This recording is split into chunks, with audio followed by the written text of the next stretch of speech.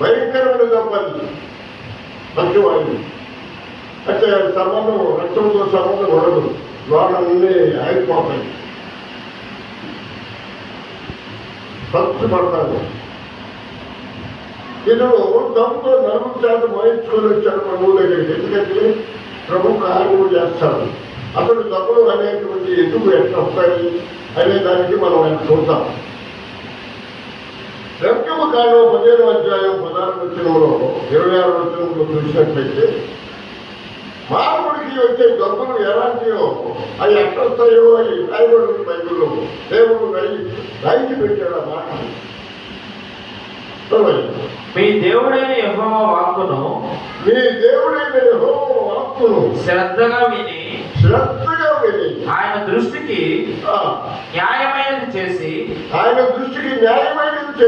ఆయన ఆజ్ఞలకు విధేయులై ఆయన కట్టడలన్నిటినీ అనుసరించి నడిచిన ఎడల అనుసరించినట్లయితే నేను ఐగుప్తీయులకు కలుగజేసిన రోగములలో దేవుడు ఎటువంటి మాట మాట్లాడుతున్నాడు. ఈ ఐగుప్తు దేశంలో కలిగిన ఏ రోగము ఏది మీకు రానియను. ఎందుకంటే నా మాట వింటే ఐగుప్తు దేశంలో కలిగినటువంటి రోగము మీకు రాదు. ఎందుకు? నా మాట వింటే, నాకు లోబడితే.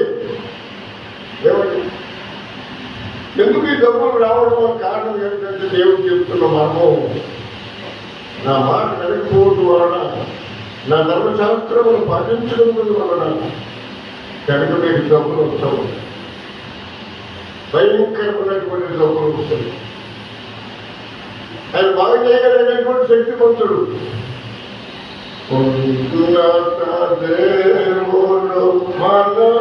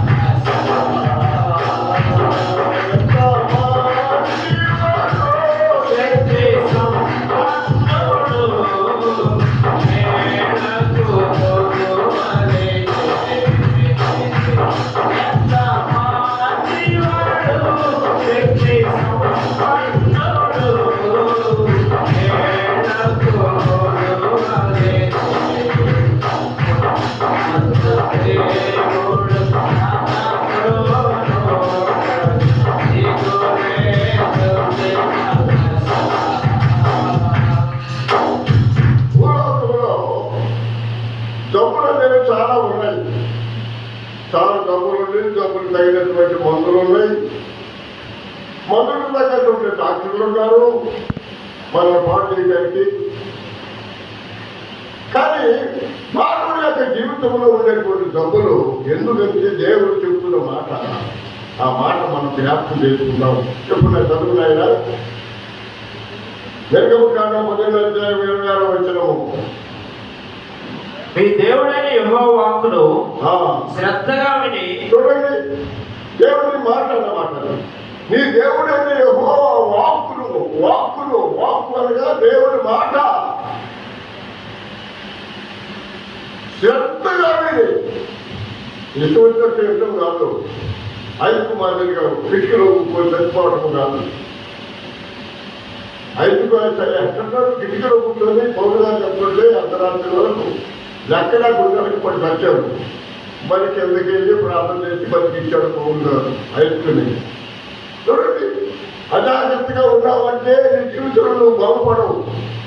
దేవుని మాట విని దేవుని లోబడి జీవిస్తే నీకు పరలోక స్వాస్థ్య రాజ్యాలు, పరలోకంలో నీకు నిశ్చయించి చేయబోతాడు, పరలోకంలో బహుమానాలు ఇవ్వబోతాడు, పరలోకంలో నేను ఉంచుతాడు, పరలోకంలో దేవుని యొక్క దోషంతో కూడా ఉంచుతాడు. శ్రద్ధగా వెళ్ళిన వల్ల ఇంకే నువ్వు బాగుపడతావు. శ్రద్ధగా వెళ్ళకపోతే, నేను శ్రద్ధగా విన్నాను దేవుని వాక్యం జాతకు నాగరయ్య గారు తెలుగులోని పెట్ట ఫోటోలు పెట్టాడు. అప్పుడు మేము తెలుగులోని పెట్టనే ఉన్నాం. ఆయన వాక్యం చెప్తున్నాం.